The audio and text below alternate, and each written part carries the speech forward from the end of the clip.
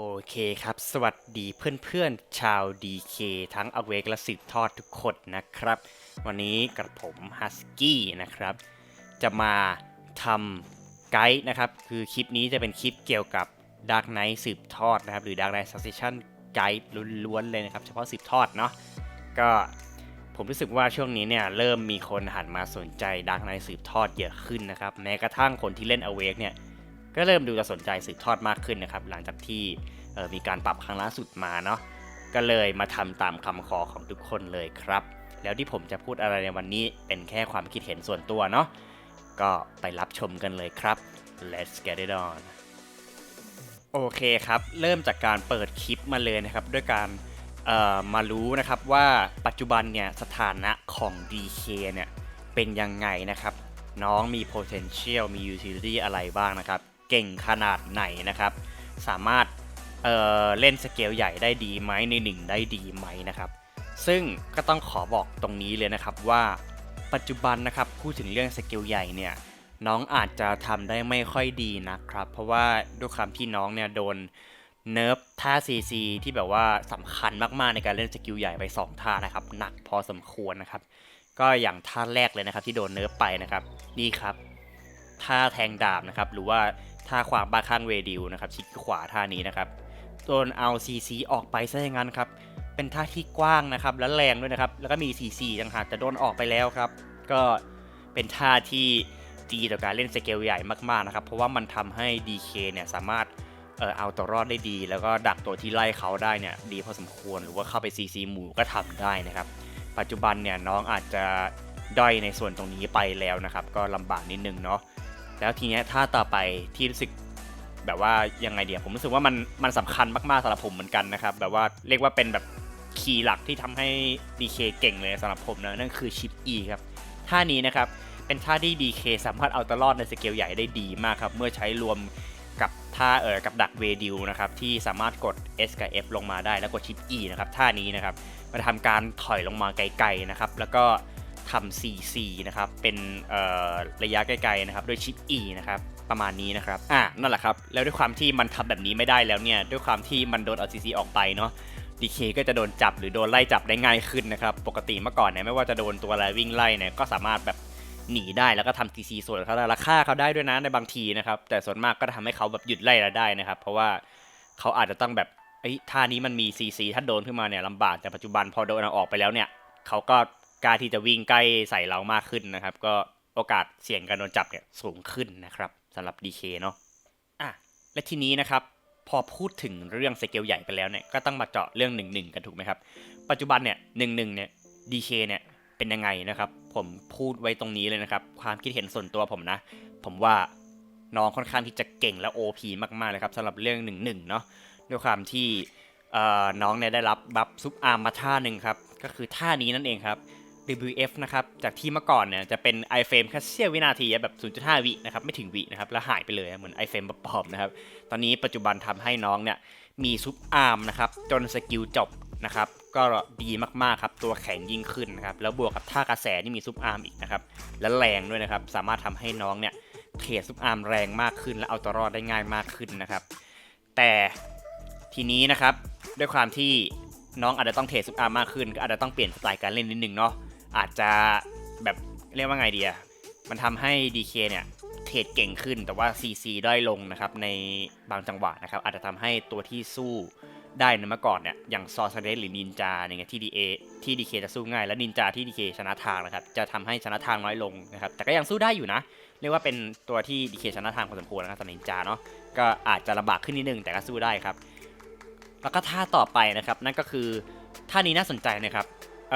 คลิกซ้ายคลิกขวาครับหรือกรงเล็บคลั่งนั่นเองครับท่านี้สามารถ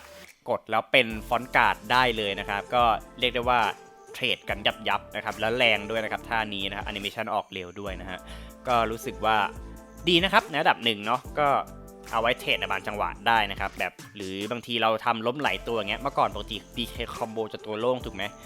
ท่านี้เนี่ยเป็นการเติมดาเมจที่อาจจะไม่ได้แรงเท่าท่าปิดคนหลักๆแต่ว่ามันก็ค่อนข้างที่จะแรงในระดับหนึ่งในการเติมดาเมจเนาะและมีฟอนต์การ์ดนะครับเป็นท่าที่ใช้ได้ดีนะครับโดยเฉพาะโซลาร์เลย์ด้วยเนาะท่านี้นี่เรียกว่า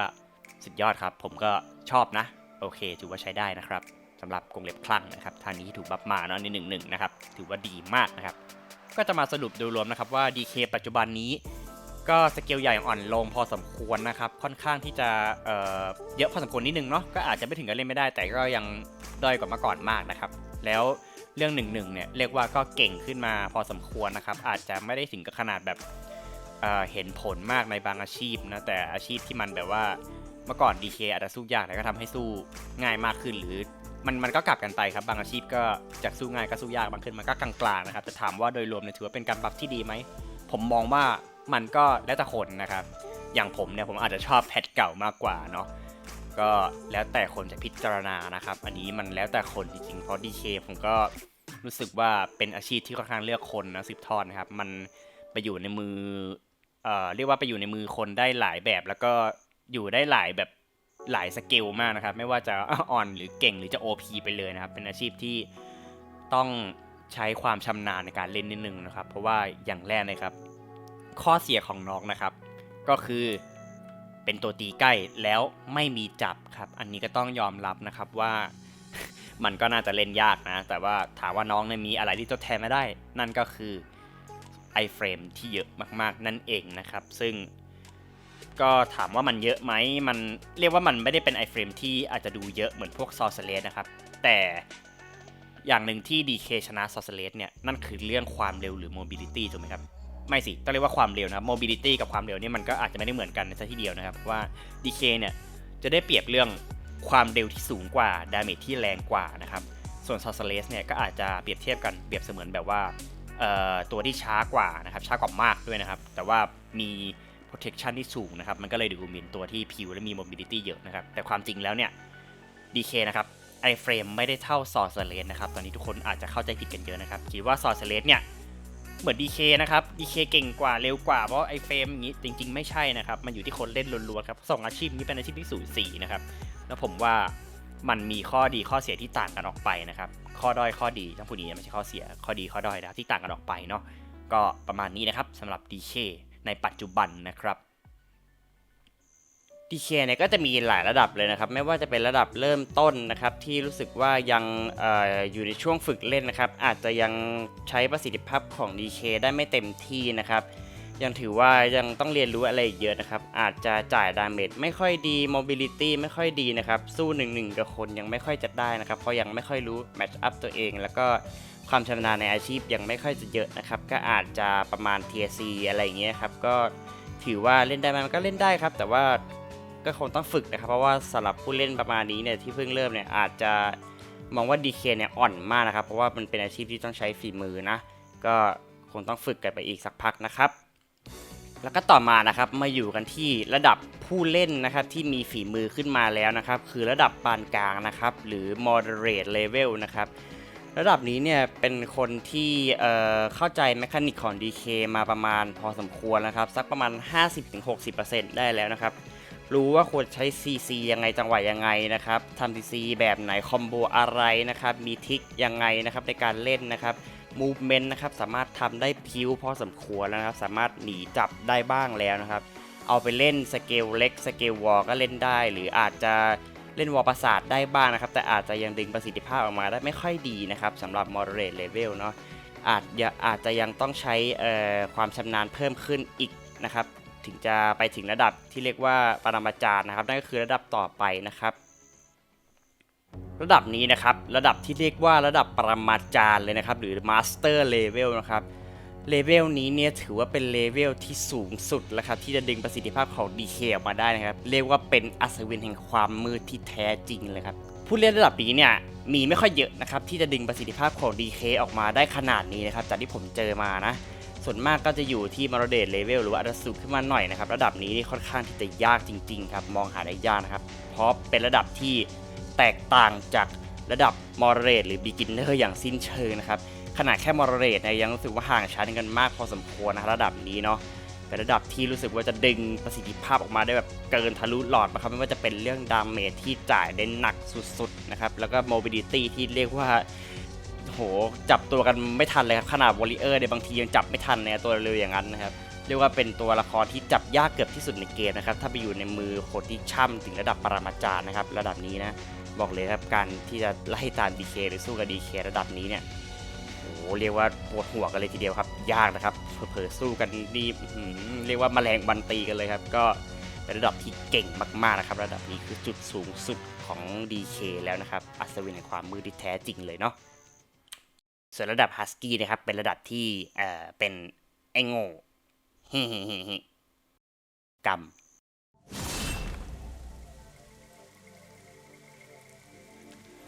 เรามาทำความรู้จักกับ DK สืบทอดกันดีกว่านะครับว่ามันมีอะไรดีนะครับมีข้อดียังไงข้อเสียอะไรนะครับถ้าเทียบกับ Awake แล้วเนี่ยจะดูดีกว่าหรือด้อยกว่ายังไงนะครับก็อย่างแรกเลยนะครับที่รู้สึกว่าสืบทอดจะดีกว่า Awake แน่ๆนะครับนั่นก็คือเรื่องของการ burst damage ที่เร็วและแรงกว่านะครับเพราะว่าสืบทอดเนี่ยจะเปรียบเสมือนตัวแอสซัสซินเนาะที่แบบเข้าทำปุ๊บแบบปุ๊บปั๊บแล้วก็ดาเมจออกแล้วออกทันดาเมจออกแบบเร็วครับแล้วก็แบบตัวเราเนี่ยก็ออกจากไฟทันทีอะไรเงี้ยเนาะแต่ว่าพอมาเป็น Awake เนี่ยมันอาจจะแบบต้องเปรียบเสมือนแครี่ครับแบบยิง DPS ไปเรื่อยๆอะไรเงี้ยนะครับซึ่งสืบทอดเนี่ยจะทำจุดนี้ได้ดีกว่านะครับในเชิง burst damage เนาะแต่ก็ไม่ใช่ว่า Awake จะไม่ดีซะทีเดียวนะครับมันก็เป็นคนละสไตล์ในการเล่นนะครับก็แล้วแต่คนจะถนัดกันไปเนาะแต่ถ้าข้อดีของสืบทอดเนี่ยการ burst damage จะแรงกว่าแน่ๆครับและเร็วกว่าด้วยเนาะแล้วก็อีกอย่างนะครับด้วยคำที่ผมบอกว่ามันเร็วกว่านะครับก็ใช่ครับจังหวะการเท่าทำนะครับของ DK สืบทอดเนี่ยจะเร็วกว่า Awake นะครับ Awake จะดูค่อนข้างช้านะครับจะดูเป็นตัวแบบคอยโปรยดาเมจให้เพื่อนเป็นตัวใครซะมากกว่านะครับ DK เนี่ยถ้าเป็นสืบทอดเนี่ยสามารถเล่นเองได้ชงให้เพื่อนได้หรือตามเพื่อนก็ได้นะครับมันเร็วนะครับมันเหมือนกับว่าแบบตัวเปิดก็ได้อะอะไรเงี้ยแบบมันทำได้หมดนะครับก็ถ้าจะเล่นสกิลใหญ่อะไรเงี้ยนะสำหรับสืบทอดนะครับแล้วก็ข้อเสียอีกอย่างหนึ่งนะที่ผมมองสำหรับDK สืบทอดเนี่ยผมรู้สึกว่ามันจะดูแบบตัวมันเนี่ยจะดูแบบบางกว่า Awake นะครับในจุดหนึ่งครับเพราะว่าคืออย่าเข้าใจผิดนะครับคือจริงๆแล้วเนี่ยมันอาชีพเดียวกันยังไงความบางความอะไรเนี่ยมันก็ต้องเท่ากันถูกไหมแต่ทีเนี้ยมันไม่ใช่แค่เรื่องเบสสแตทไงครับมันมีหลายอย่างนะครับที่ผมรู้สึกว่า DK สืบทอดมันดูทำให้บางกว่าเช่นการรับดาเมจนะครับแบบว่าด้วยความที่เราเป็นตัวตีใกล้นะครับซึ่งถ้าเราเป็นตัวตีใกล้เนี่ยเราก็ต้องรับดาเมจระยะใกล้ถูกไหมแต่ Awake เนี่ยบางทีมันไม่จำเป็นต้องรับดาเมจมากขนาดนั้นนะครับมันเป็นตัวที่คอยยิงไกลๆซะมากกว่าแต่กับกันเนี่ยสืบทอดเนี่ยกับเข้าไปรับแทบจะเต็มหน่วยนะครับก็เลยรู้สึกว่าจะบางกว่านะครับมันก็แค่นั้นเองครับแต่เบสสแตทของน้องเนี่ยยังไงก็เท่ากันนะครับเพราะน้องคืออาชีพเดียวกันเนาะแล้วก็ส่วนสืบทอดอีกอย่างนึงนะครับที่ผมมองว่ามันอาจจะดูดีกว่า Awake ในส่วนตัวผมนะนั่นก็คือmobility นะครับคือผมรู้สึกว่า Awake เนี่ยถ้าพูดถึง mobility เนี่ย Awake เนี่ยก็ดีนะครับแต่มันเป็นเชิง mobility ที่แบบเรื่อยๆมากกว่านะครับมันเป็นตัวที่แบบไม่ได้เข้าทำไวไม่ได้ออกไวอะไรอย่างเงี้ยนะมันเสมอต้นเสมอปลายของมันไปอย่างนั้นนะครับแต่สืบทอดเนี่ยจะดีกว่าในเชิงแบบเขาเรียกว่าไงอ่ะช็อตรันนะครับหรือแบบช็อตเทอมแบบว่าปุ๊บปั๊บอย่างเงี้ยมันจังหวะฉับพลันมันดีกว่านะครับออกเร็วกว่าเข้าออกอะไรเงี้ยมันดูดีกว่านะครับสำหรับผมนะก็นี่ถ้าเทียบกับ Awake ก็จะประมาณนี้แล้วกันนะครับสำหรับ DK สืบทอดนะก็ข้อดีข้อเสียก็แตกต่างกันไปนะครับประมาณนี้เนาะคำแนะนำนะครับที่ผมพอจะให้ได้นะครับสำหรับคนที่เป็นเมน DK Awake มาก่อนนะครับแล้วอยากจะมาลองเล่นสืบทอดนะครับคือผมต้องอธิบายก่อนเลยนะครับว่า2คลาสเนี้ยจริงๆผมก็อธิบายไปแล้วนะครับว่ามันแตกต่างกันโดยสิ้นเชิงเลยนะครับมันเปรียบเสมือนแบบจาก Awake เนี่ยเราเป็นแครี่เรามายิงไกลๆอะไรอย่างเงี้ยนะตามเพื่อนอะไรอย่างเงี้ยนะครับปกติเราจะไม่ค่อยได้เปิดเนาะแต่กลับกันนะครับพอมาเป็นสืบทอดเนี่ยเราเปรียบเสมือนเป็นตัวแอสซัสซินอย่างนั้นเลยครับเราต้องหาจังหวะเล่นดีๆนะครับแล้วก็สิ่งที่ผมพอจะแนะนำได้นะครับสำหรับคนที่จะย้ายมาเล่นสืบทอดหรือมาลองเล่นนะครับสำหรับ Awakening มาก่อนนะ สืบทอดนะครับถ้าอยากจะเล่นต้องคิดไวทำไวนะครับห้ามทำอะไรช้าๆห้ามทำอะไรยืดเยื้อนะครับเพราะไม่งั้นเนี่ยเราจะไม่ได้ทำอะไรเลยนะครับอย่างน้อยทำไปเถอะครับจะพลาดจะดีหรือยังไงทำไปเถอะครับไม่เป็นไรเพราะถ้าเราตายเราก็กดเกิดได้นะครับดีกว่าไม่ทำอะไรเลยเนาะผมเองก็ไม่ใช่คนที่จะตัดสินใจถูกเสมอไปเหมือนกันครับผมเองก็มีพลาดเยอะครับบอกเลยครับว่า50-50นะแต่อย่างน้อยอ่ะให้แบบคิดไวทำไวกล้าเสียไปก่อนนะครับ ก็สำหรับสืบทอดนะครับอีกอย่างหนึ่งที่ผมอยากจะแนะนำนะครับอย่าเพิ่งยอมแพ้นะครับเพราะผมเข้าใจครับว่าบางทีในการเปลี่ยนสไตล์ขนาดนั้นเนี่ยมันอาจจะทำให้เล่นยากนะครับซึ่งมัน มันไม่ได้ยากอย่างที่ทุกคนคิดขนาดนั้นนะครับมันอยู่ที่เราฝึกครับอยู่ที่เราขยันอยู่ที่เราใส่ใจให้ความตั้งใจกับมันนะครับเพราะตัวผมเองนะครับผมก็เคยเล่นอเวกมาก่อนครับแล้วก็มาปรับสไตล์เล่นสืบทอดนะครับแล้วปัจจุบันนี้ผมก็ชอบสืบทอดมากกว่าเพราะมันเป็นรู้สึกว่าแบบมันเหมาะกับสไตล์ผมมากกว่านะครับและตัวผมก็ยังเล่นอเวกได้เหมือนกันนะครับแล้วตัวผมเนี่ยก็มั่นใจในฝีมืออเวกเหมือนกันพอๆกับสืบทอดนะครับซึ่งผมฝึกทั้ง2คลาสนี้มาดีเหมือนกันนะครับก็ทุกคนก็น่าจะทำได้เหมือนผมนะครับเพราะว่าผมเชื่อว่าถ้าเราฝึกเนี่ยอะไรแล้วก็ทำได้นะครับเพราะฉะนั้นผมก็ให้กำลังใจสำหรับทุกคนเนาะสู้ๆนะครับ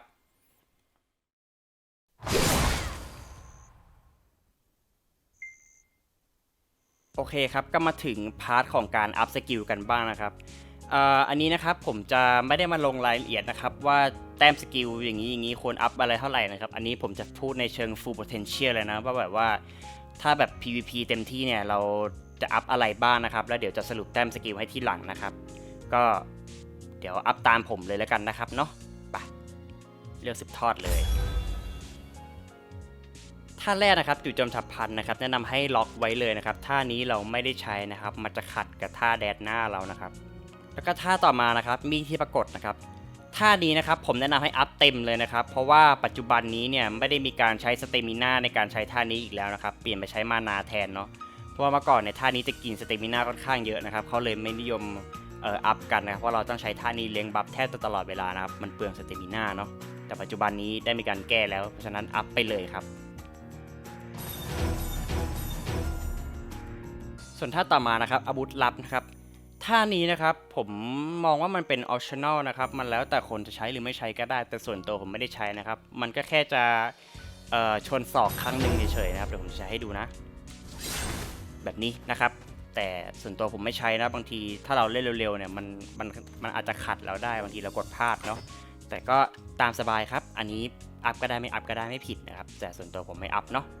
ส่วนความมืดพุ่งทะยานเนี่ยแนะนำให้ล็อกไปเลยนะครับเป็นท่าไร้ค่าอีกท่าหนึ่งนะครับท่านี้ไม่ได้ใช้นะครับแล้วก็ขัดคอมโบด้วยนะครับส่วนท่าต่อไปนะครับโจมตีบนอากาศนะครับอัพนะครับอันนี้สำคัญนะกระแสด้วยนะครับท่าต่อมานะครับสมดุลอ่อนกำลังนะครับอันนี้ก็สำคัญครับอัพเลยเนาะ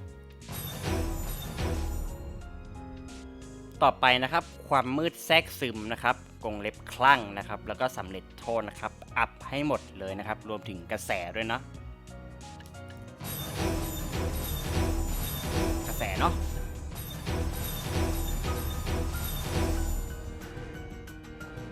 สำเร็จโทษนี่ยังไงก็ต้องอัพกระแสนะครับเพราะว่าตัวสำเร็จโทษเนี่ยมันไม่มี CC เนาะมันต้องเป็นกระแสเท่านั้นนะครับ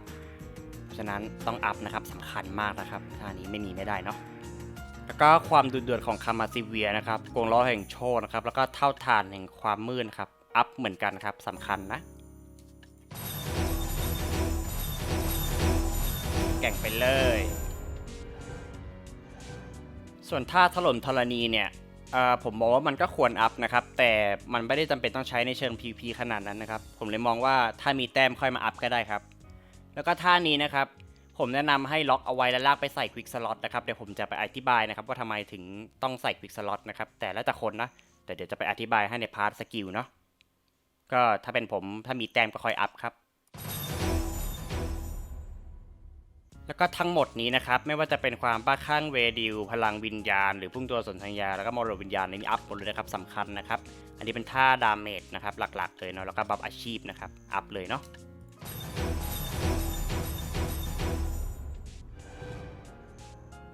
ก็อีกท่านึงนะครับวิญญาณสำราญเนี่ยผมแนะนำว่าใช้ก็ได้ไม่ใช้ก็ได้นะครับตามสบายนะครับถ้าไม่ใช้ก็ล็อกไปเลยนะครับบางที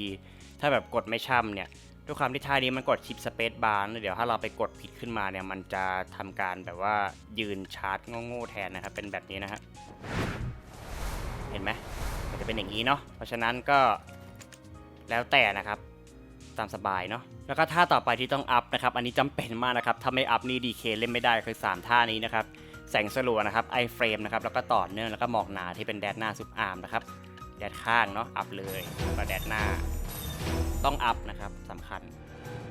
แล้วก็กระสุนทมิมนะครับท่านี้นะครับคนส่วนมากบางทีมักจะมองข้ามนะครับในแพทก่อนๆนะแต่แพทปัจจุบันเนี่ยเขาคงหันมาอัพกันแล้วนะครับสำหรับ Awake นะเพราะว่า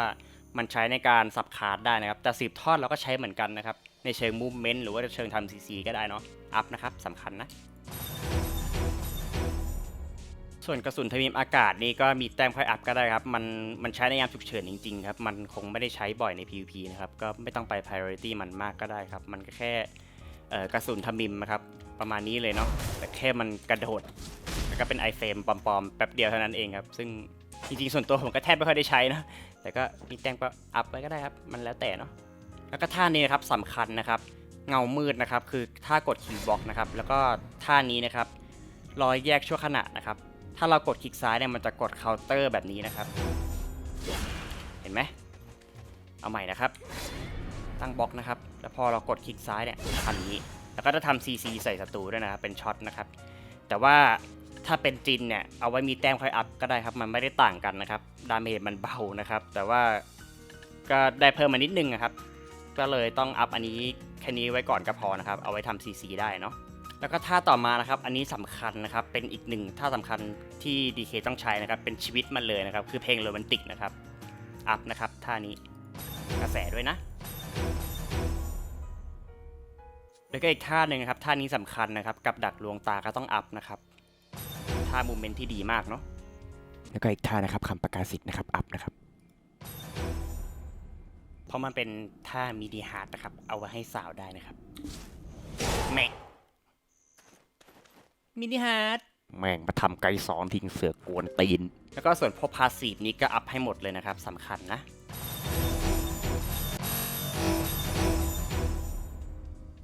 พาสซีฟนะครับก็สำหรับสืบทอดก็จะได้พลังโจมตีเวทมนต์เพิ่มขึ้นนะครับแล้วก็ความเร็วเคลื่อนไหว 5% ด้วยนะอันนี้เอาเวกจะไม่มีเนาะมีเฉพาะสืบทอดนะครับก็ข้อดีไปนะครับก็นี่ก็น่าจะเป็นทั้งหมดนะครับที่ DK ควรจะอัพแล้วนะครับก็ full potential เลยเนาะก็น่าจะใช้แต้มอยู่ทั้งหมดประมาณ2,001กูตกเลขเปล่าวะ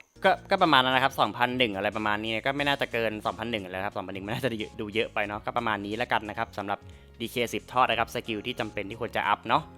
ก็ตามนี้เลยนะครับแล้วก็ต่อมานะครับไม่พูดถึงไม่ได้นะครับนั่นก็คือทักษะรวมนะครับก็แล้วแต่เลือกจะใช้เลยนะครับแต่ถ้าส่วนตัวผมจะชอบใช้เท่าฐานบ้าคลั่งนะครับแล้วก็ความตายสีดำโจมตีดุลภาคนะครับโจมตีอากาศดุลภาคส่วนที่เหลือนี้ก็ลองเอาไปหาใช้กันดูตามถนัดตัวเองเลยเนาะส่วนในเรื่องของแอดออนเนี่ยผมไม่ค่อยแนะนำให้ Copy สักเท่าไหร่นะครับเพราะว่าอันนี้มันจะเบสออนสไตล์การเล่นของผมเนาะแอดออนเนี่ยผมว่าให้เราเล่นไปสักพักแล้วหาสไตล์ที่มันเข้ากับตัวเองและอัพเองดีกว่าใช้เองดีกว่านะครับเลือกแอดออนที่เหมาะกับตัวเองดีกว่านะครับมันจะได้ประสิทธิภาพของแอดออนที่ดีที่สุดนะครับแต่ถ้าแบบเพิ่งมาเล่นหรือใครที่ยังไม่รู้จะใช้อะไรก็สามารถเอานี่ไปใช้ก่อนก็ได้ครับไม่มีปัญหานะครับก็เป็นแอดออนที่ผมใช้เนาะก็เก็บแต้มกันให้สนุกนะครับ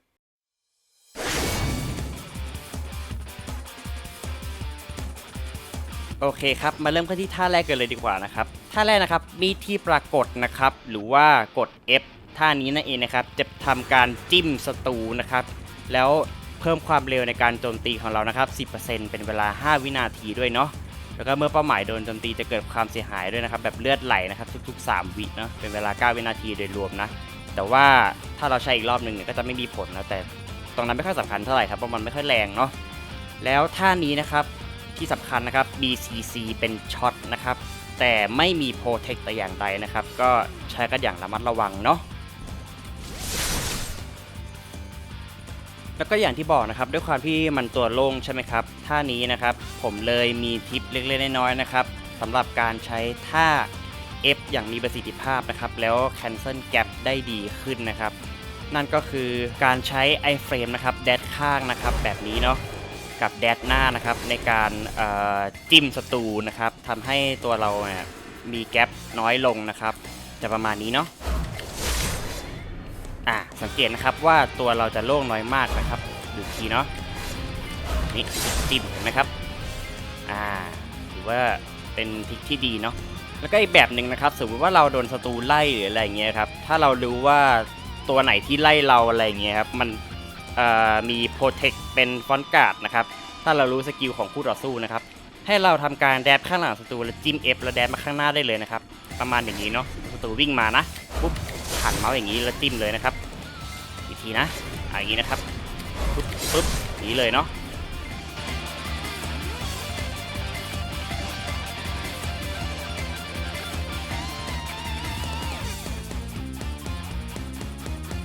ถ้าอาวุธลับนี้เดี๋ยวผมก็จะใช้ให้ดูนะครับเผื่อคนที่อยากจะอัพเนาะก็ไม่มีอะไรครับก็แค่กด F ค้างไปมันก็จะชนศอกแค่นั้นครับเป็นสตันนะต่อไปนะครับท่านี้ครับโจมตีบนอากาศนะครับหรือว่า WF นะครับท่านี้นะครับจะ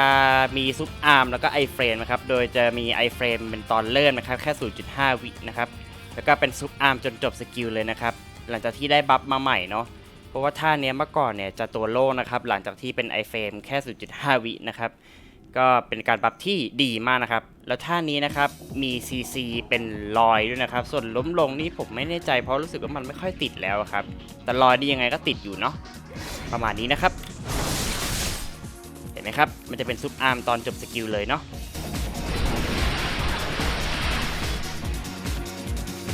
ก็ที่สกิลเขียนเอาไว้นะครับเมื่อโจมตีเพิ่มเติมสำเร็จจะล้มลงนะครับไม่ปรับใช้เมื่อโจมตีลอยนะครับอันนี้ก็ใช่ครับถ้าเราCC ด้วยลอยแบบฮิตแรกไปแล้วเนี่ยมันจะไม่ติดล้มลงครั้งต่อไปนะครับแต่ผมรู้สึกงงอย่างหนึ่งครับเพราะว่าหลังที่ผมใช้เนี่ยบางทีผมใช้แค่จะเอาแค่ทุบลงอย่างเงี้ยมันไม่แค่จะเอาแค่ CC อะไรนะล้มลงเนี่ยมันไม่ติดนะครับเนี่ยลองดูนะครับเห็นไหมครับผมไม่แน่ใจว่ามันเอาออกหรือเปล่าแล้วก็ลืมหรืออาจจะลืมแก้นะครับส่วนตัวผมไม่แน่ใจเหมือนกันนะครับก็ประมาณนี้แล้วกันนะครับสำหรับ WF นะครับแล้วก็ท่า WF นะครับเราสามารถใช้ท่านี้งัดศัตรูคาฟอนการ์ดได้เลยนะครับโดยการเฟล็กเมาส์เข้าหลังนะครับแบบนี้นะ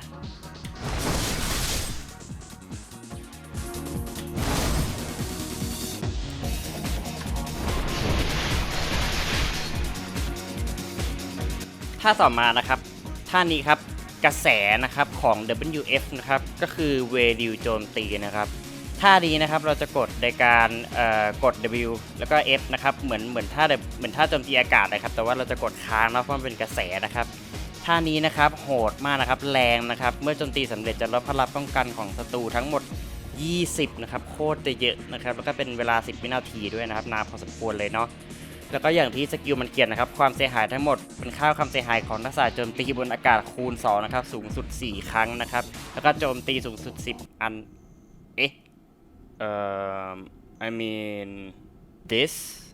ทำไมมันใช้คำว่าอันวะก็นั่นแหละครับก็เป็นสกิลที่แรงมากนะครับก็ลองไปใช้กันดูเนาะท่านี้นะครับผมชอบมากเลยนะแล้วก็มีโปรเทคเป็นซุปอาร์มด้วยนะครับแต่ไม่มี CC แต่อย่างใดเนาะ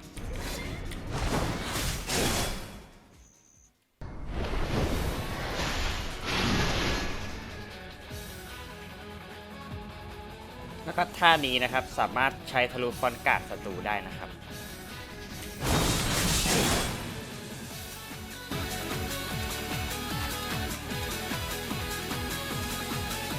ต่อไปนะครับท่านี้นะครับสมดุลอ่อนกำลังนะครับเป็นท่าที่ผมชอบมากอีกท่าหนึ่งเหมือนกันนะครับก็คือท่า S คลิกซ้ายนะครับหรือลงคลิกซ้ายนะครับท่านี้นะครับมี CC เป็นรอยนะครับแล้วก็มีโปรเทคเป็นฟอนการ์ดด้วยเนาะท่านี้เนี่ยเป็น CC ฉับพลันของ DK เลยนะครับแบบเร็วนะครับแล้วก็ไกลด้วยเนาะระยะเนี่ยประมาณนี้น่าจะถึงนะครับเนี่ยนี่ครับไกลมากเลยนะสังเกตนะครับว่าท่านี้นะครับสามารถหน่วงฟอนต์การ์ดได้นะครับจนกว่าแอนิเมชันยกดาบเราจะจบนะครับก็จนกว่าจะเอาดาบลงนะครับประมาณนี้เนาะสังเกตไหมครับว่าพอเอาดาบลงปุ๊บเอาดาบมาถือเนี่ยแอนิเมชันฟอนต์การ์ดก็จะหายไปนะครับ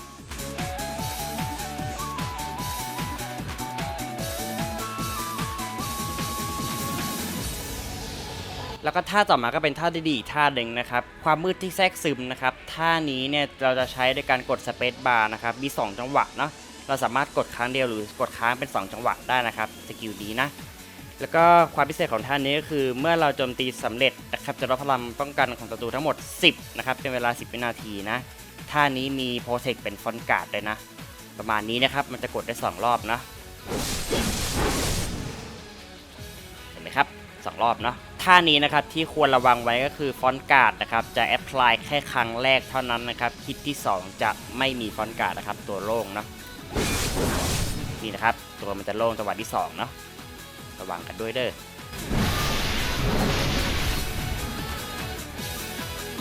แล้วก็ทิปเล็กๆน้อยๆนะครับของไอ้ท่าความมืดแทรกซึมนะครับท่านี้นะครับสเปซบาร์เมื่อกี้เนาะท่านี้เนี่ยผมชอบใช้กับอารมณ์เหมือนกับว่า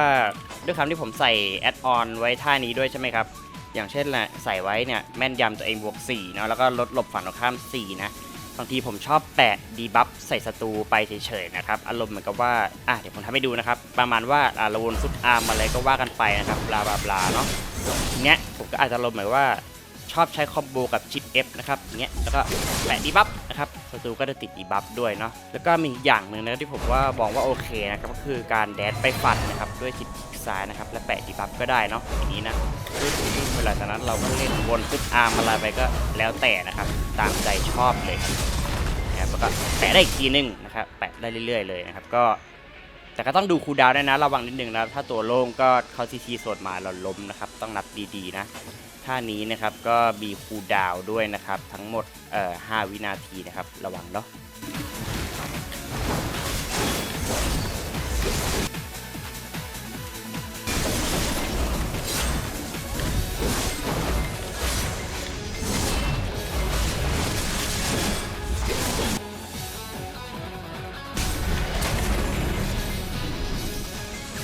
ท่านี้นะครับเป็นอีกหนึ่งท่านะครับที่ผมมองว่าดีเหมือนกันนะครับที่ได้บัฟฟอนการ์ดมาใส่ท่านี้นะครับท่ากงเล็บคลั่งนะครับ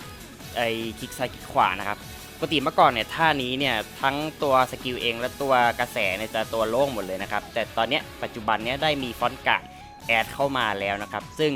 มันดียังไงนะครับมันดีต่อการบางทีเราเล่น1-1หรืออะไรอย่างงี้ใช่ไหมครับเราสามารถเทรดฟรีได้นะครับกับตัวที่ใช้ซุปอาร์มเนาะแล้วเราเอาฟอนการ์ดแรกนะครับหรือไม่บางทีเราทำซีซีอย่างในโซลาร์เรย์อย่างเงี้ยครับเราทำซีซีล้มใช่ไหมแล้วเราจะปิดตัวละครตัวหนึ่งเนี่ยเราจะปิดฝั่งนู้นตัวหนึ่งใช่ไหมครับ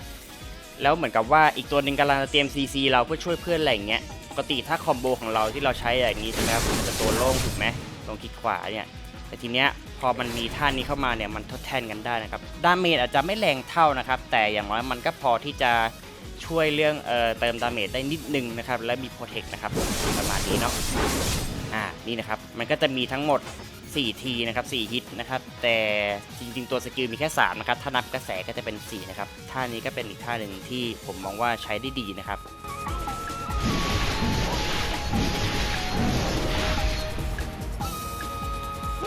ท่าต่อไปนะครับเป็นท่าที่สำคัญแทบจะที่สุดของสกิล DK แล้วนะครับนั่นก็คือสำเร็จโทษนะครับหรือลงคลิกขวาเนาะท่านี้นะครับเป็นท่าที่ DK สืบทอดเนี่ยใช้ฆ่าคนเลยดีกว่าครับท่านี้เนี่ยจะมี CC เป็นช็อตนะครับแล้วก็อาจจะไม่ค่อยได้ใช้เท่าไหร่ครับในการทำ CC แรกส่วนมากจะเป็นต่อ CC 2เท่านั้นนะครับเพราะว่าท่านี้เนี่ยถ้าใช้ตอนศัตรูนอนเดี๋ยวบอกเลยครับว่าตายแน่นอนนะครับขอแค่มีเกียร์เนาะแล้วก็ไอตัวCC ที่เป็นรอยเนี่ยที่บอกว่ามันเป็น CC ที่2เนี่ยจะอยู่ที่ตัวกระแสนะครับต้องอัพนะครับถ้าไม่อัพเนี่ยมันจะฟันได้แค่ทีเดียวนะครับก็เป็นท่าที่แรงมากเนาะท่านี้ไม่มีโปรเทคนะแล้วก่อนหน้านี้ครับที่ผมอธิบายไปนะครับในสกิลกงเล็บคลั่งนะครับที่ผมได้เมนชั่นท่านี้ไว้นะครับลงคลิกขวานะครับว่าเราคอมโบยังไงนะครับซึ่งคอมโบที่ใช้กันหลายๆนะเป็นคอมโบที่ DK ทุกคนใช้เลยครับแม้กระทั่งDK ท็อปเซิร์ฟหรือคนไหนก็ใช้กันหมดนะครับนั่นก็คือการกด F Space Bar ลงคลิกขวานะครับเป็นคอมโบเบสิกนะครับที่ DK ใช้ฆ่าคนนะใช้ทุกครั้งครับคอมโบนี้นะครับเวลา1-1เนาะ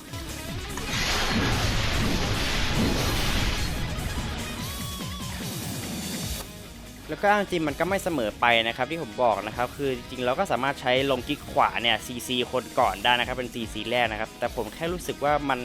เสี่ยงเกินไปนะครับแล้วก็อาจจะ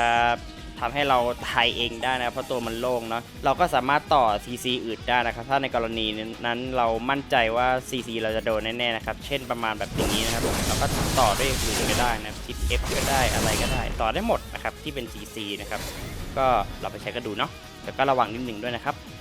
แล้วก็ท่านี้นะครับเป็นท่าสกิลหลักของ DK นะครับที่ผมใช้โคตรจะบ่อยเหมือนกันนะครับเรียกว่าใช้ตลอดเวลาเลยดีกว่าครับในการ PVP นะฮะ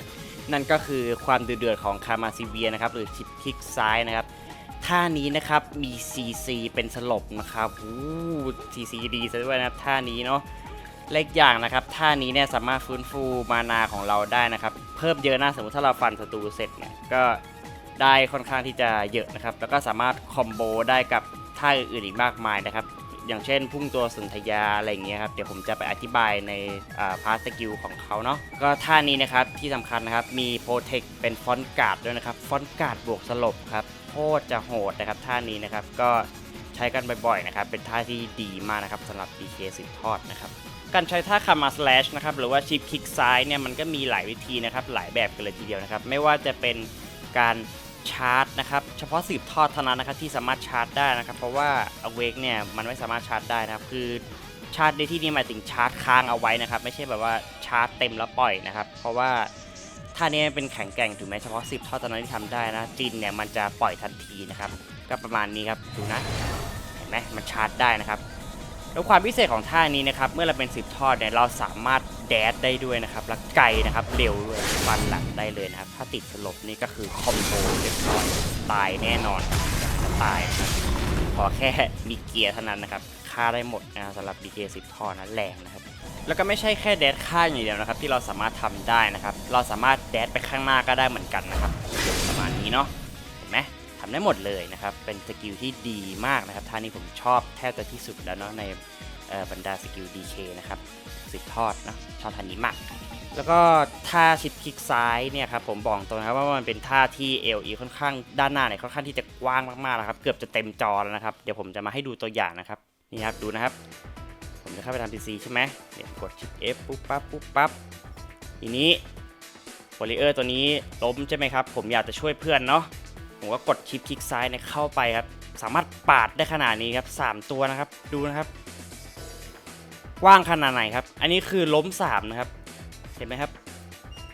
ว่างนะครับเกือบจะครึ่งจอแล้วครับ Look at that AOE ครับ huge นะครับโคตรจะกว้างนะครับแล้วก็แรงด้วยนะก็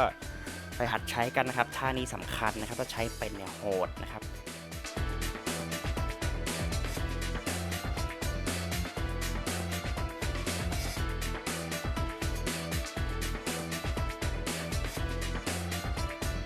แล้วก็อันนี้เป็นคลิปที่ผมอัพไว้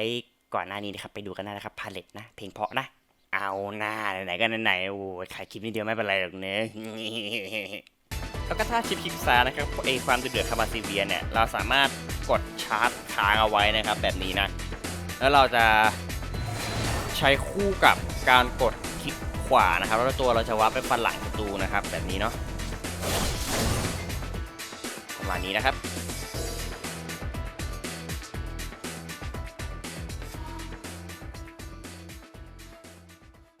ท่าต่อไปนะครับท่านี้นะครับวงล้อแห่งโชคนะครับหรือชิป F นะครับเป็นท่าที่ผมชอบไม่แพ้คามาซิเวียสแลชเลยนะครับหรือว่าความดูเดือดคามาซิเวียเลยนะเพราะว่าท่านี้เนี่ยเป็นท่าที่มี AOE ที่กว้างมหาศาลมากเลยครับดูนะครับ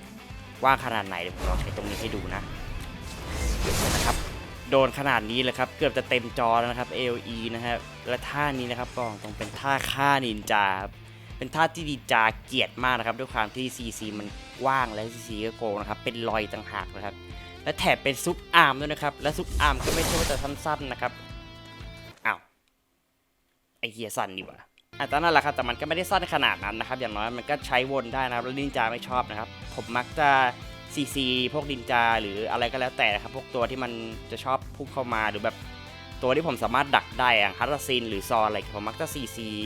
พวกเขาด้วยท่านี้บ่อยนะครับชิป F นะครับด้วยความที่มันกว้างนะครับแล้วก็มีโปรเทคอีกต่างหากนะครับเป็นซุปอาร์มนะครับดูครับแล้วลอยด้วยครับโคตรจะโหดนะครับและแรงด้วยนะครับบอกให้นะครับเพราะว่าได้มีการบัฟคี50มาครับแต่เมื่อก่อนมันไม่มีคีนะและยิ่งถ้าติดคีเนี่ยผมบอกเลยใส่แอดออนคี20ไปเนี่ยโอ้โหแรงมากครับเหมือนท่าปักดาบอีกท่าหนึ่งเลยนะครับท่านี้โหดมากนะครับ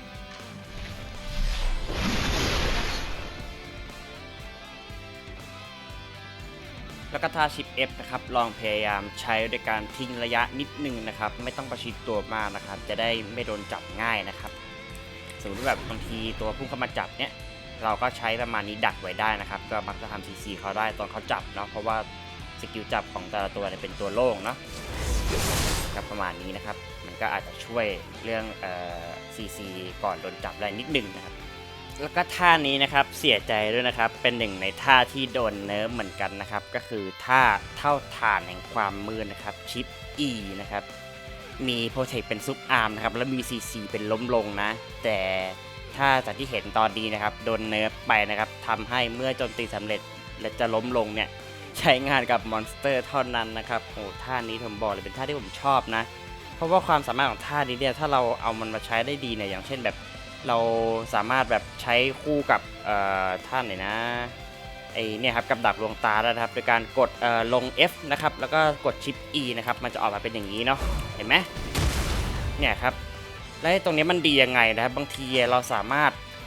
หลบพวกตัวจับหรืออะไรอย่างนี้ได้นะครับแบบแล้ว CC ส่วนเข้าไปได้ด้วยนะบางทีถ้าเรา CC ส่วนเขาได้เนี่ย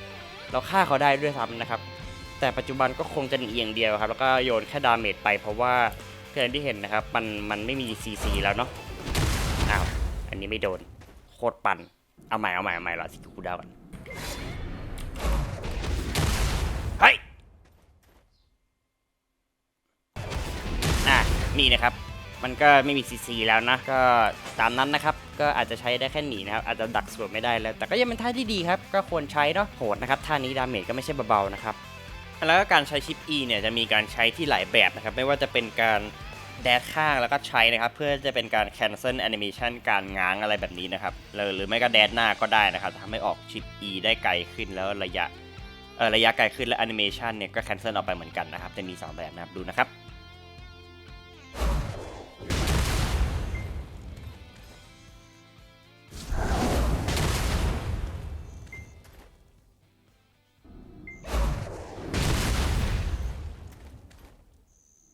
แล้วก็ท่านี้นะครับชิปคิวนะครับถล่มธรณีนะครับ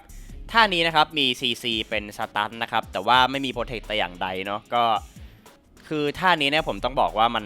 ถามว่ามันใช้ได้มันใช้ได้ครับแต่ผมมักจะใช้ในเชิงปิดดาเมจสุดท้ายมากกว่าเนี่ยขณะที่ตัวศัตรูล้มนะหรืออะไรเงี้ยหรือดาเมจไม่พอนะถึงจะใช้นะเพราะว่าด้วยความที่ตัวมันไม่โปรเทคนะครับโล่งนะครับแล้วก็สกิลมันค่อนข้างที่จะช้านะครับถึงมันจะมี CC เป็นสตันนะเหรอแต่หาจังหวะใช้ค่อนข้างที่จะยากเหลือเกินครับบางทีใช้เนี่ยก็ล้มค่อนข้างที่จะบ่อยนะครับก็ถ้าคิดว่าแบบมีจังหวะในการใช้พอดีก็ใช้ได้ครับก็ไม่ได้ผิดนะครับแต่แค่จะบอกว่ามันต้องคิดนิดหนึ่งนะมันอันตรายนะครับท่านี้มันช้านะครับเดี๋ยวผมใช้ดูนะมันจะประมาณนี้นะเห็นไหมครับว่ามันไม่มีโปรเทคอะไรเลยนะครับแล้วก็แต่ว่ามี CC นะครับแต่มันช้าแล้วก็อย่างที่ว่าดาเมจมันไม่ค่อยที่จะแรงมากส่วนว่าใช้เป็นจังหวะเติมจะดีกว่านะครับแล้วก็อันตรายนะครับเดี๋ยวจะโดนเขางัดส่วนเอานะครับท่านี้นะระหว่างใช้มันแคนเซิลไม่ได้นะจะต้องจบแอนิเมชันเท่านั้นนะครับก็ระวังนิดหนึ่งนะระวังอย่างมากเลยนะครับแล้วก็ส่วนท่าชิปคิวนะครับแนะนำว่าให้ลากใส่ควิกสล็อตดีกว่านะครับเพราะว่าอันนี้แล้วแต่คนนะครับเป็น personal preference ล้วนๆเลยนะครับเพราะว่าอย่างตัวผมเนี่ยบางทีกดชิปคิวเนี่ยเราด้วยความที่มันเป็นชิปคิวใช่ไหมเราแดดมาแล้วกดบล็อกอะไรอย่างเงี้ยครับมันอาจจะไปทับชิปคิวได้นะครับมันอาจจะโอกาสมันเกิดขึ้นน้อยๆนะครับแต่ก็ใช่ว่าจะไม่เกิดนะครับก็เลยคิดว่าลากใส่ควิกสล็อตจะดีกว่านะครับแล้วกดควิกสล็อตเอานะครับก็ล็อกสกิลนี้ไปเลยนะถามว่าควรอัพไหมก็อัพไว้ก็ได้ครับจริงๆมันเป็นสกิลที่ควรจะมีเหมือนกันแต่ว่าไม่จำเป็นต้อง priority มันขนาดนั้นนะเป็นส่วนมากแบบอัพตอนที่มีแต้มสกิลเหลือจะดีกว่านะเพราะมันกินแต้มสกิลเยอะนะผมว่าเราไปเอาแต้มสกิลไปโฟกัสอย่างอื่นก่อนจะดีกว่าครับท่านี้นะมันไม่ได้มีโอกาสใช้เยอะเนาะก็ประมาณนี้แล้วกันนะครับสำหรับคิวเนาะถล่มธรณีนะครับ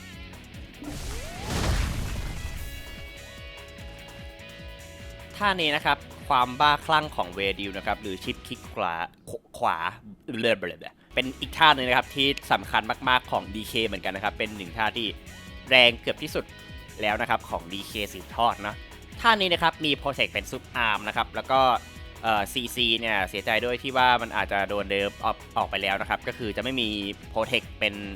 จะไม่มี CC เป็นล้มลงแล้วนะครับจะมีแค่โปรเทคเป็นซุปอาร์มนะแล้วก็ความพิเศษของท่านี้เนี่ยทุกครั้งเมื่อโจมตีสำเร็จนะครับจะฟื้นฟู HP 50นะครับก็อย่างท่านี้นะครับมีดาเมจทั้งหมด 1,403% นะครับคูณ8ครับก็จะเพิ่มไปตามจำนวนนั้นเลยก็เอา50ไปคูณนั้นได้เลยนะอย่างคูณ8เนี่ยก็50คูณ8นะครับก็จะได้เลือดมาตามจำนวนนั้นเลยเนาะถือว่าเป็นท่าเดียวเลยนะครับที่ซัสเทนที่ DK สืบทอดจะใช้ได้นะครับท่าอื่นนี่เรียกว่าแทบจะไม่มีประโยชน์นะครับแล้วก็ไม่ค่อยมีเลยครับมีแค่ท่านี้นะที่รู้สึกว่าใช้แล้วดีนะครับเพิ่มเยอะพอสมควรนะครับก็เป็นท่าที่ควรจะอัพไว้เป็นสกิลแรกๆเหมือนกันนะครับดีนะท่านี้นะครับแรงด้วยนะครับมีตาขีดลอยนะก็จะประมาณนี้นะครับ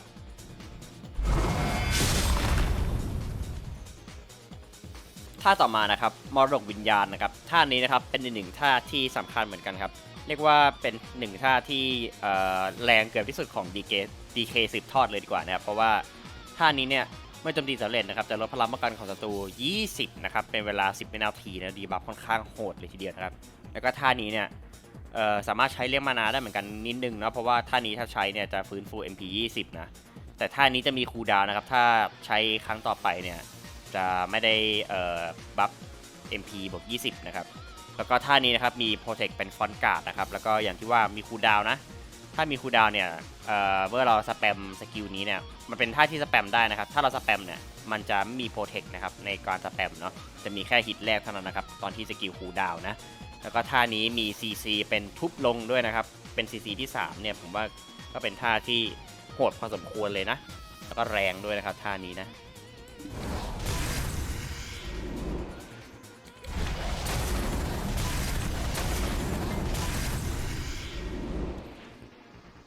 ท่ามรดกวิญญาณนะครับเราสามารถใช้นะครับแล้วก็ใช้ท่าคลิกซ้ายคลิกขวาได้ต่อนะครับเป็นการเชนต่อกันได้แล้วก็จะแคนเซิลฮิตของท่าไอกงเล็บพลังฮิตแรกออกไปนะทำให้เติมดาเมจได้ไวขึ้นนะครับประมาณนี้นะสังเกตนะครับว่าฮิตแรกจะหายไปนะครับแล้วก็ออกกระแสนะครับแต่ถ้ากระแสคูลดาวน์เนี่ยก็จะฟันแค่2ทีนะครับแบบนี้เนาะท่าต่อมานะครับพุ่งตัวสนธยานะครับท่านี้นะครับเราจะใช้ด้วยการกด C นะครับหรือว่า WC ในการเคลื่อนที่ไปข้างหน้านะครับ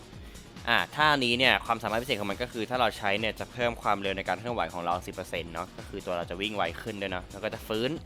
ฟูมานา10นะครับหรือ MP เนี่ยอย่างละฮิตนะครับก็จะได้10คูณฮิตตามจำนวนนั้นไปเลยนะก็เป็นมานาที่เราจะได้เพิ่มมานะ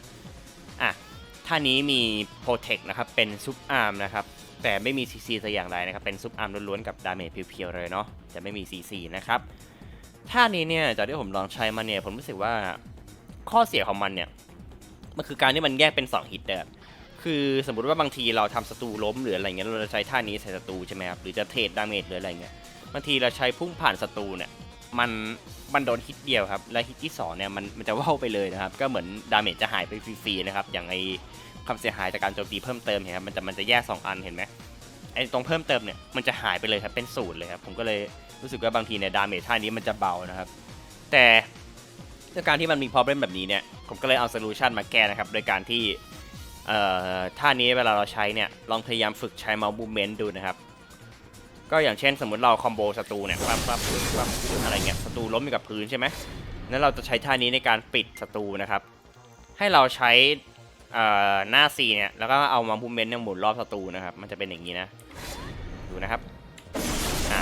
สังเกตไหมครับว่ามันจะโดน2ฮิตเลยนะครับมันจะไม่โดนฮิตเดียวนะมันจะโดนเต็มเลยครับเพราะว่าตัวเราไม่ได้ถลายไปไกลนะครับแล้วฮิตที่2มันจะไม่ว่าวเนาะก็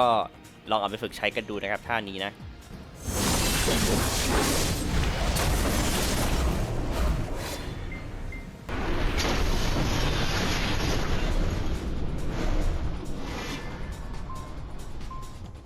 แล้วก็ท่าพุ่งตัวสนธยาเนี่ยเราสามารถใช้คอมโบคู่กับท่าความเดือดของคามาซิเวียได้นะครับหรือท่านี้นะครับชิดคลิกซ้ายนะครับแต่เราจะกดคลิกขวานะครับโดยการที่เราจะใช้ท่า WC นะครับแดดไปข้างหน้านะแล้วก็กดคลิกขวานะครับตัวเราจะวาร์ปไปฝันหลังศัตรูแบบนี้นะครับดูนะ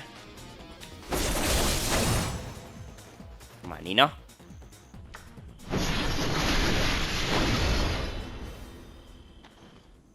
แล้วก็ท่าสุดท้ายนะครับของท่าทักษะหลักนะครับนั่นก็คือพลังวิญญาณนะครับหรือ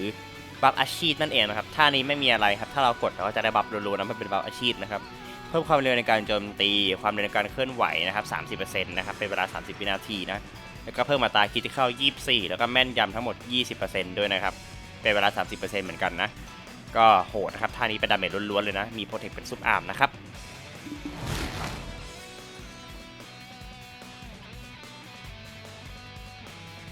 แล้วก็ท่าต่อมานะครับแสงสลัวนะครับกับแสงสลัวต่อเนื่องนะครับท่านี้นะครับเป็นท่าที่เรียกว่าเป็นชีวิตของ DK เลยกว่าท่านี้เป็นท่าที่สำคัญที่สุดเลยกว่าสำหรับผมนะเพราะว่ามันคือท่าที่ทำให้ DK เป็น DK นะครับนั่นก็คือท่า iframe เนี่ยครับท่านี้มี iframe ทั้ง2อันเลยครับแล้วก็จะใช้คูลดาวน์แยกกันนะครับ อีกท่าแรกนะครับมันจะคูลดาวน์2 วิส่วนท่าที่2นะครับจะคูลดาวน์5 วินะครับมันจะเป็นแบบนี้นะในการที่เราใช้ในแดดข้างนะครับนะครับเป็น iFrame ล้วนๆนะไม่มี CC แต่อย่างใดนะครับเฉพาะ iFrame เลยเนาะแล้วก็อีกท่านะครับที่สำคัญไม่แพ้กันเลยนะครับนั่นก็คือท่าซุปอาร์มนะครับหรือท่าแดดหน้าของเราเนี่ยในการที่เราจะกดชิป W นะครับแดดไปข้างหน้านะครับท่านี้ถ้าใช้เนี่ยจะเพิ่มความเร็วในการเคลื่อนไหวให้เรา 10% นะครับเป็นเฉพาะโปรเทคเป็นซุปอาร์มนะครับเป็นท่าเคลื่อนไหวนะไม่มี CC นะครับท่าต่อมานะครับท่านี้นะครับกระสุนทมิมนะครับท่านี้นะครับจะไม่มีโปรเทคนะครับมีแต่ CC เป็นช็อตนะครับท่านี้ถ้าเราใช้สำเร็จนะครับจะได้บัฟดีบัฟนะครับความเร็วในการเคลื่อนไหวของศัตรูลบ 10% นะครับถ้าเราใช้ในศัตรูของเราจะวิ่งช้าลง 10% นะท่านี้นะครับหลายคนอาจจะมองข้ามนะครับแต่ว่าปัจจุบันนี้คนเล่นอเวกก็รู้สึกว่าเริ่มจะอัพมาใช้ในการสับคาร์ดกันแล้วนะผมว่าก็เลยคิดว่าเป็นท่าที่ผมว่าไม่ควรมองข้ามนะครับสืบทอดก็ใช้เหมือนกันนะครับท่านี้ครับเราจะกดใช้นะครับโดยการกดเดินข้างนะครับแล้วก็กดคลิกขวานะครับประมาณนี้นะจะเดินข้างซ้ายขวาก็ได้แล้วกดคลิกขวานะครับมันจะปล่อยนะครับแบบนี้ปล่อยเป็นลูกดำๆบอกไปนะครับแล้วศัตรูก็จะติดดีบัฟเป็นวิ่งช้า 10% นะครับประมาณนี้เนาะกระสุนทมิมนะครับแต่ท่านี้นะครับกระสุนทมิมอากาศนะครับหรือมันก็คือกระสุนทมิมนะครับแต่ว่าเราใช้ท่านี้ด้วยการกดแบบเดียวกับกระสุนทมิมนะครับด้วยการกดเดินข้างแล้วกดคลิกขวาแต่ว่าเราจะกระโดดไปด้วยนะครับมันจะเป็นประมาณนี้นะดูนะครับอย่างนี้นะท่านี้นะครับมีโปรเทคเป็น iFrame นะครับแต่เป็น iFrame ที่ iFrame 0.5 iFrame ที่แบบว่าแป๊บเดียวก็หมดแล้ว iFrame ปลอมนะครับก็เลยพูดตรงๆท่านี้ส่วนตัวผมไม่ค่อยได้ใช้สักเท่าไหร่นะครับถ้าใครหาโอกาสใช้ได้ก็ลองดูก็ได้นะครับมันก็ดูมีประโยชน์เหมือนกันนะครับแต่ว่าผมใช้แค่บางจังหวะเท่านั้นนะครับต้องมาฉุกเฉินจริงๆนะครับก็ลองดูแล้วกันนะครับท่านี้ส่วนตัวผมอาจจะไม่ค่อยได้ใช้เนาะก็ประมาณนี้แล้วกันนะครับสำหรับกระสุนทมิฬอากาศนะท่าต่อไปนะครับท่านี้นะครับรอยแยกชั่วขณะนะครับท่านี้นะครับจะมีโปรเทคเป็นฟอนต์การ์ดแล้วมี CC เป็นช็อตนะครับท่านี้เนี่ยมันจะเป็นท่าที่เราจะใช้จังหวะเคาน์เตอร์ศัตรูซะมากกว่านะครับอารมณ์เหมือนกับว่าศัตรูเข้ามาใกล้หรือพวกตัวที่มันจะเข้ามาข้างหลังเราอะไรเงี้ยให้เราสามารถใช้ท่านี้ในการหันไปแล้วก็ฟันเพื่อที่จะเคาน์เตอร์ศัตรูแล้วทำ CC ได้นะอาจจะใช้ยากนิดนึงนะครับแต่ก็เป็นท่าที่ผมมองว่ามีประโยชน์มากๆเหมือนกันนะในระดับหนึ่งเลยนะครับก็ท่านี้เราจะกดในการใช้คิวบล็อกนะครับประมาณนี้นะแล้วเราจะกดคลิกซ้ายนะครับปุ๊บเนี่ยมันจะทำ CC กับศัตรูนะครับประมาณนี้นะเดี๋ยวผมให้ดูนะมี CC นะนี่คิวบล็อกก่อนนะแล้วกดคลิกซ้ายปุ๊บเห็นไหมครับจะติดช็อตนะก็ผมมองว่าเป็นท่าที่ไม่ควรมองข้ามเหมือนกันนะมันมีประโยชน์นะครับเป็นท่าเล็กๆน้อยๆนะครับแต่ท่านี้ผมใช้ใส่ศัตรูค่อนข้างที่จะบ่อยนะครับแล้วก็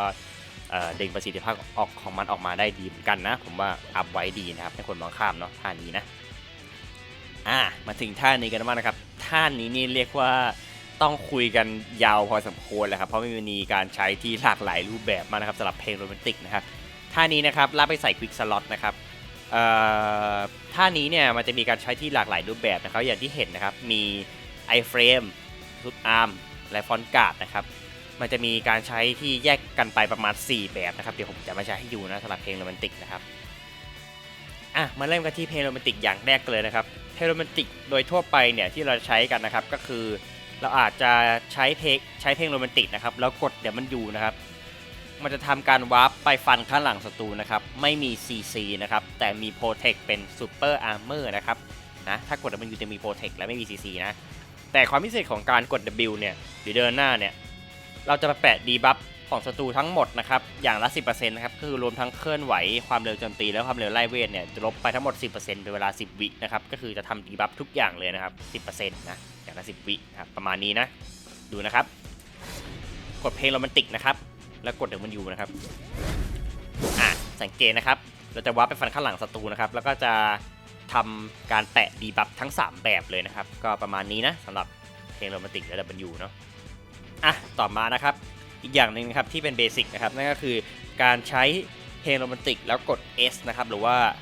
ลงนั่นเองนะครับเดินลงมาข้างล่างนะครับถอยหลังนะครับท่านี้นะครับจะไม่มี CC ไม่มีดาเมจแล้วก็ไม่มีอะไรเลยครับนอกจากโปรเทคเป็นฟอนต์การ์ดนะครับโดยการที่เราจะกดท่านี้แล้วกด S เนี่ยเราจะใช้จังหวะหนีนะครับดูนะครับมันจะทำการเรียกว่ายังไงสเต็ปแบ็กกลับมาตั้งบล็อกข้างหลังนะครับประมาณนี้นะดูนะโรแมนติกก ด S นี่นะครับมันจะถอยกลับมาตั้งบล็อกแบบนี้นะครับก็ระยะก็ถือว่าดีเลยนะ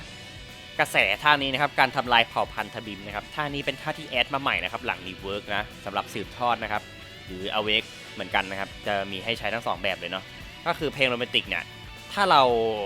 กดดีนะครับหรือว่าเดินขวาเนี่ยมันจะทำการวาร์ปตัวเราไปเหมือนกับ2ท่าแรกเมื่อกี้เลยครับแต่ว่าจะทำ CC นะ CC เป็นรอยนะครับแล้วก็ย้ำนะครับมีเฉพาะ CC นะดาเมจไม่มีนะครับแล้วก็มีแต่ว่ามันเบามากครับเรียกได้ว่าแทบจะไม่เห็นเลยครับตีเหมือนตีธรรมดาครับก็จะมี CC เป็นรอยแล้วก็ตัวเราจะโล่งนะครับย้ำนะว่าตัวโล่งนะต้องใช้ระวังนิดนึงนะครับประมาณนี้นะดูนะครับกดเพลงโรแมนติกนะครับแล้วกดดีนะอย่างนี้นะครับมันจะวาร์ปไปฟันหลังศัตรูนะครับทำ CC เป็นรอยเนาะแล้วก็สุดท้ายนะของเพลงโรแมนติกนะครับของกระแสท่านี้นะครับก็คือเราจะใช้เพลงโรแมนติกนะครับแต่เราจะเปลี่ยนจากการกด D มาเป็นกด A นะครับหรือเดินซ้ายนั่นเองนะครับถ้าเดินซ้ายเนี่ยหรือว่ากด A เนี่ยมันมีคำพิเศษยังไงนะครับนั่นก็คือเป็นดาเมจที่แรงมากๆนะครับแรงพอๆกับสกิลหลักของ DK เลยนะครับเรียกได้ว่าแบบผมชอบใช้กด A ในการสู้กับพวกตัว Perfect Guard หรือตัวตั้งโล่แบบตัวที่มัน mobility ช้าๆอะไรเงี้ยผมจะใช้ท่านี้ค่อนข้างที่จะบ่อยนะครับเพราะมันแรงมากนะใครโดนรับรองจุกแน่ๆนะครับแต่ว่าถ้าเรากด A เนี่ย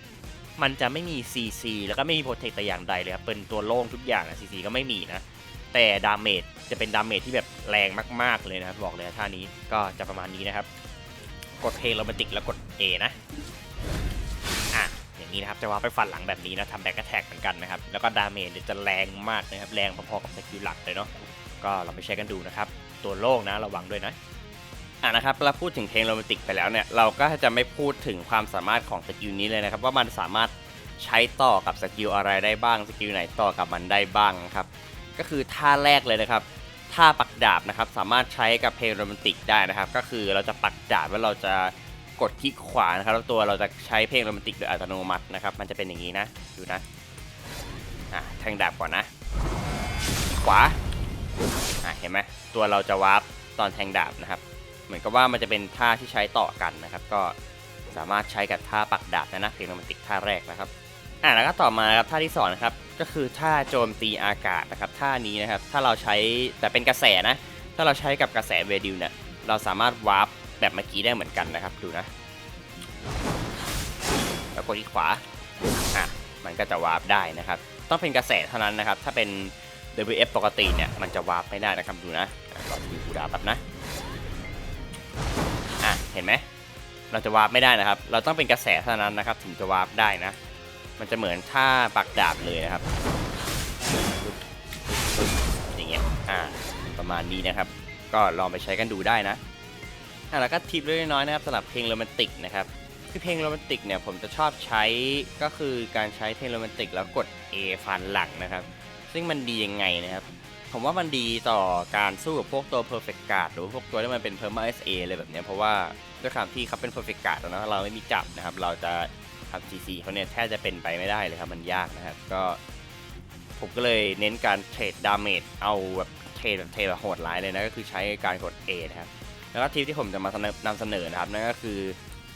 การใช้เพลงโรแมนติกกด A ฟันนะครับแล้วออกอย่างไวๆโดยท่า WF นะครับประมาณนี้นะดูนะครับ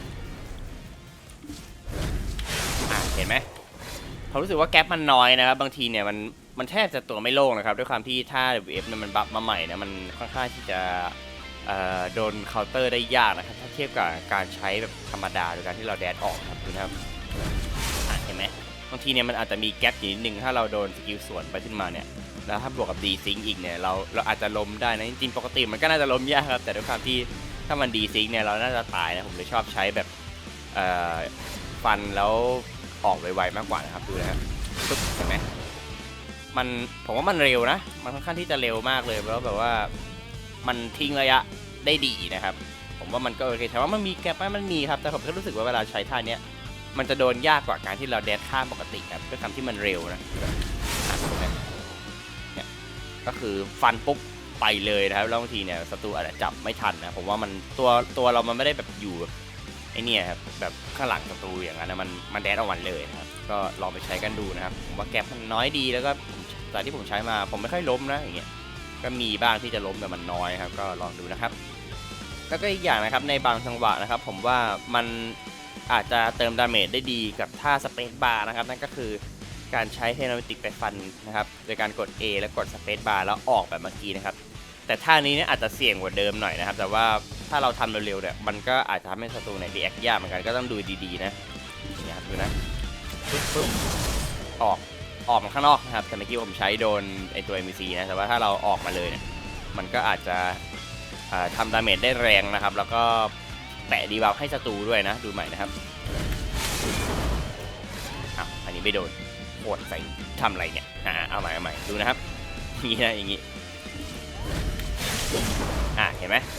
แล้วก็แปะดีบัฟฟรีๆไปเลยนะครับมันก็ดีนะครับแต่ก็ต้องดูจังหวะนะว่าควรใช้ยังไงนะครับก็ลองดูนะครับแล้วก็ท่าต่อไปนะครับกับดักลวงตานะครับท่านี้นะครับเป็นท่าที่เราจะใช้ในการ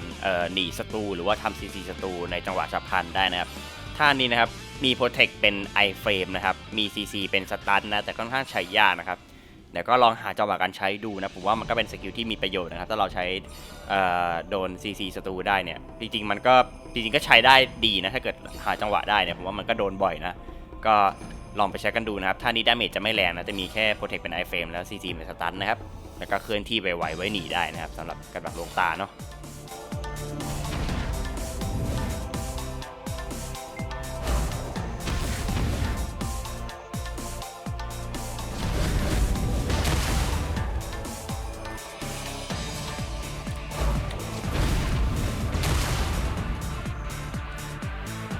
หลังที่เราจบเรื่องของทักษะรองไปแล้วนะครับทีนี้เราจะมาดูเรื่องของ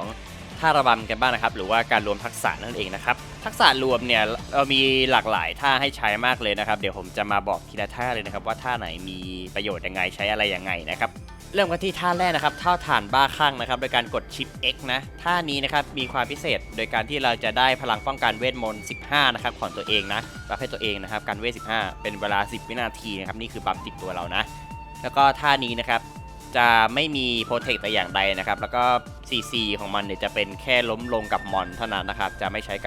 กับคนนะกับคนจะใช้ไม่ได้นะเห็นไหมใช้งานกับมอนสเตอร์เท่านั้นนะครับที่มันเขียนไว้นะ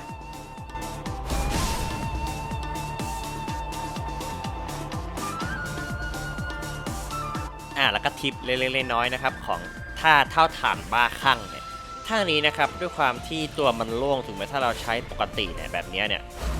มันจะค่อนข้างเสี่ยงนิดนึงและส่วนตัวผมจะไม่ค่อยใช้ท่านี้โดยการยืนใช้ปกตินะครับถามว่ามีไหมมันก็มีบ้างแต่อาจจะค่อนข้างที่จะน้อยนะครับมันแล้วแต่จังหวะจริงๆเนาะแต่ว่าที่จะมานำเสนอเนี่ยก็คือการแคนเซิลแก็บตัวโล่งนะครับหรือทำให้แก็บตัวโล่งเนี่ยมันน้อยลงนะครับของท่าเท่าฐานบ้าคลั่งเนี่ยโดยการที่เราจะใช้ระหว่างมูฟเมนต์อะไรอย่างเงี้ยสมมติแบบเราวน SA หรืออะไรเงี้ยกับศัตรูอยู่เนี่ยเราจะใช้ท่านี้ไปด้วยแล้วก็แดนไปด้วยอะไรประมาณนี้นะครับมันจะทำให้ตัวเราเนี่ยแก็บน้อยลงนะครับก็นี่นะครับดูนะครับจะใช้ประมาณนี้นะสมมติว่าเราวนปุ๊บเล่นอะไรกันไปก็แล้วแต่นะปึ๊บทีเนี้ยจังหวะที่เราจะใช้ท่านี้พอดีเนี่ยจะเติมดาเมจได้เนี่ยให้เรากดท่าเท่าฐานบ้าข้างก่อนนะครับชิป F นะครับจากนั้นให้เราแดดหน้านะครับประมาณนี้นะดูนะแดดข้างก่อนนะครับปึ๊บกดปุ๊บแดดหน้าอย่างเงี้ยสังเกตไหมครับว่าแก็บมันจะน้อยนะครับค่อนข้างที่ตัวโล่งน้อยเลยทีเดียวนะครับมันทำให้เราเนี่ยโดน CC ค่อนข้างที่จะยากนะครับก็ลองไปใช้กันดูนะผมว่ามีประโยชน์นะครับแล้วก็ได้บัฟฟรีด้วยเนาะ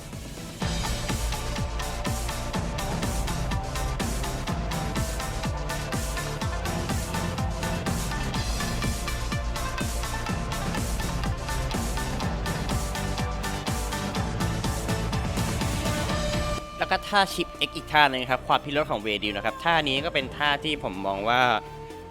ใช้ได้ก็ดีนะครับแต่ส่วนตัวผมจะชอบใช้ท่าฐานบ้าคลั่งมากกว่านะครับแต่ท่านี้เนี่ยเราสามารถใช้ปิดดาเมจได้เร็วนะครับมันจะเหมือนเป็นท่าชิปคิวเลยนะครับแต่ออกแอนิเมชันที่เร็วขึ้นนะครับแบบใช้แล้วออกทันทีนะครับแต่ข้อเสียก็คือแคนเซิลไม่ได้เหมือนเดิมนะแต่เรื่องบัฟเนี่ยพลังป้องกันเวทมนต์15เราก็จะได้เหมือนเดิมนะครับ CC ลบลงก็เป็นกับมอนนะครับตัวลงด้วยนะระวังนะครับแล้วก็ท่าต่อไปนะครับความตายสีดำนะครับท่านี้เนี่ยผมก็ใช้เป็นประจำนะครับเพราะว่ามันเป็นซุปอาร์มนะครับมันดีจากเชิง PVP มากกว่านะครับท่านี้เนี่ยมีโปรเทคเป็นซุปอาร์มแล้วก็ CC เนี่ยลอยเนี่ยก็จะเป็นกับมอนเหมือนกันนะครับแต่ว่าท่านี้เราจะใช้ในการบนซุปอาร์มซะมากกว่านะครับเพราะว่าท่านี้เนี่ยดาเมจเนี่ยค่อนข้างที่จะดีเหมือนกันนะครับเพราะว่าเมื่อก่อนเนี่ยท่านี้ระยะเนี่ยค่อนข้างที่จะแบบว่าใกล้มากเลยนะครับอารมณ์เหมือนเป็นท่าจินของวงล้อแห่งโชคนะครับระยะนิดเดียวนะครับใกล้แต่ปัจจุบันเนี่ยมีการเปลี่ยนให้ ใช้ท่านี้เนี่ยแล้วกว้างขึ้นมากพอสมควรเลยนะครับกว้างเหมือนท่าของทักษะแข็งแกร่งเลยนะครับโดยการกดชิป Z นะครับท่านี้นะก็โปรเทคสุดอาร์มแล้วก็ CC ไม่มีนะลอยกับมอนนะครับประมาณนี้เนาะอันนี้ก็คือความกว้างปัจจุบันนะครับของความตายสีดำนะครับแล้วก็ท่าระบำอีกท่าหนึ่งที่น่าใช้นะครับมีดแห่งโชคชะตานะครับกดชิป Z เหมือนกันนะครับท่านี้เนี่ยถ้าเราใช้เนี่ยความพิเศษของมันก็คือเราจะได้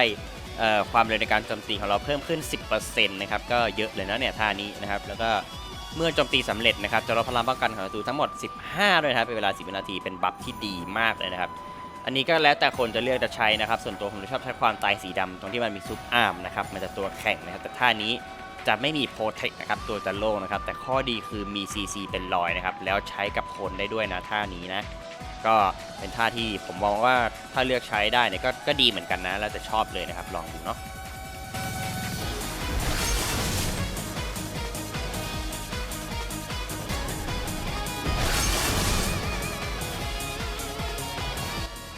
แล้วก็ท่านี้นะครับท่าสุดท้ายนะครับโจมตีอากาศแห่งดุลภาพนะครับท่านี้เราต้องลากไปใส่ควิกสล็อตเนาะ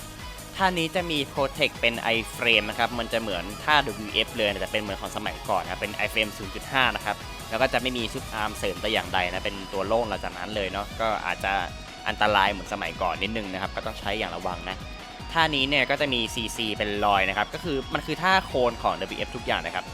ท่าเดียวกันเลยครับแต่แค่เอามาเป็นท่าทักษะรวมนะเหมือนเราจะมีการใช้ WF ได้2จังหวะนั่นเองนะครับแต่แค่ตัวโล่งกว่าแค่นั้นนะครับ CC เหมือนเดิมเนาะก็ลองไปใช้กันดูได้นะผมว่ามันก็เป็นท่าที่ดีมากเหมือนกันนะผมก็ใช้อยู่นะปัจจุบันนะครับส่วนตัวเนี่ยทำไมผมถึงไม่ค่อยแนะนำให้ใช้ลมหมุนเอ็นนะครับแต่ถ้าอยากใช้ก็แล้วแต่นะครับมันจะเป็นประมาณนี้เดี๋ยวผมกดให้ดูนะดูนะครับมันจะฟันแล้วก็งัดขึ้นอย่างนี้นะครับด้วยคำที่ท่านี้เนี่ยมันถามว่ามันมี CC ก็จริงนะครับแต่ว่ามันไม่ค่อยที่จะมีประโยชน์สักเท่าไหร่ผมว่ามันหาโอกาสใช้ยากนะครับด้วยความที่แอนิเมชันมันช้านะครับแล้วก็กว่าจะออกท่ารอยเนี่ยผมว่าเราน่าจะโดนส่วนได้ก่อนนะครับแล้วก็ดาเมจไม่ได้แรงสักเท่าไหร่ด้วยนะครับผมว่าแต่แบบมันถามว่ามันแรงไหมมันพอได้ครับแต่ว่าผมว่าเราเอาไปใช้ท่านี้เพื่อเน้น mobility จะดีกว่านะครับมันจะจับตัวได้ยากมากนะมีท่านี้เพิ่มมาเรียกได้ว่าแบบ DK ก็พิวขึ้นมากเลยนะครับท่านี้นะก็ท่านี้จะมีโปรเทคเป็นฟอนต์การ์ดนะครับแต่ถ้าอยากใช้ก็ใช้ได้แต่ส่วนตัวผมไม่ใช้นะไม่ค่อยแนะนำด้วยนะผมว่ายังไงอันนี้ก็ดีกว่ามากๆนะครับมันไม่เหมือนท่าบนที่เราเลือกใช้ได้นะครับก็ลองพิจารณากันดูแล้วกันนะครับแต่ถ้าแนะนำจริงๆเนี่ยผมว่าใช้อันนี้ไปเถอะนะครับผมว่ามันดีจริงๆนะแล้วก็ท่าโจมตีอากาศแห่งดุลภาคเนี่ยท่านี้ครับด้วยความที่มันเหมือนท่าโคนของ WF เลยเนี่ยเราก็สามารถเล่นทิกเดียวกับ WF ได้เหมือนกันนะครับก็คือการงัดหลังนั่นเองนะครับแบบนี้นะดูนะครับเนี่ยมันก็สามารถงัดหลังศัตรูได้เหมือนกันนะแบบเดียวกันเลยนะครับก็จบกันไปแล้วนะครับสำหรับพาร์ทการแนะนำสกิลนะครับและทีนี้เนี่ยด้วยความที่ผมแนะนำสกิลไปแล้วเนี่ยเราจะไม่แนะนำคอมโบก็ไม่ได้ถูกไหมคอมโบที่เราจะใช้ในการเล่นของ DK 10 ทอดเนี่ยก็หลังจากที่เราเรียนรู้สกิลไปทุกอย่างแล้วเนี่ย CC อะไรบ้างอะไรตัวโล่งอะไรมี CC อันไหนมีดาเมจอะไรยังไงนะครับทริคยังไงนะครับทีนี้ผมก็จะมาเอาทุกอย่างที่ผมสอนไปเนี่ยมาแอพพลายเป็นคอมโบให้ทุกคนได้ดูกันนะครับไปชมกันเลยนะ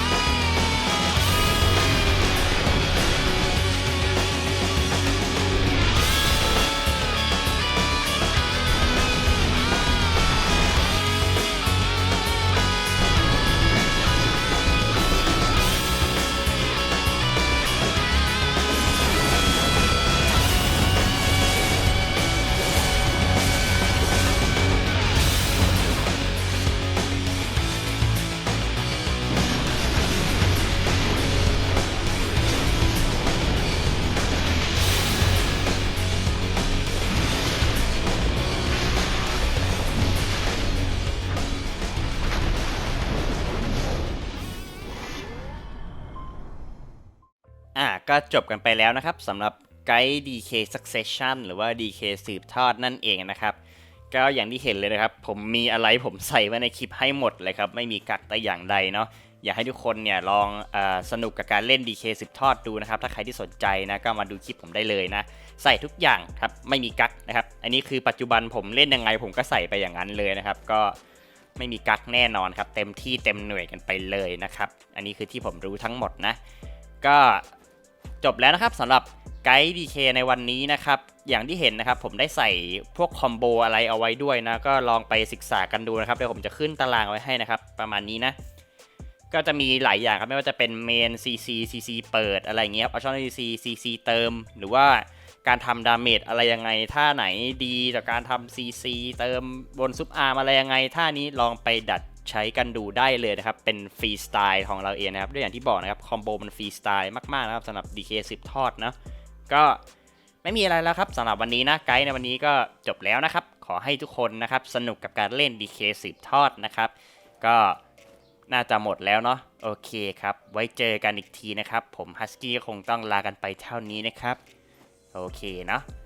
catch you later นะครับบ๊ายบาย have fun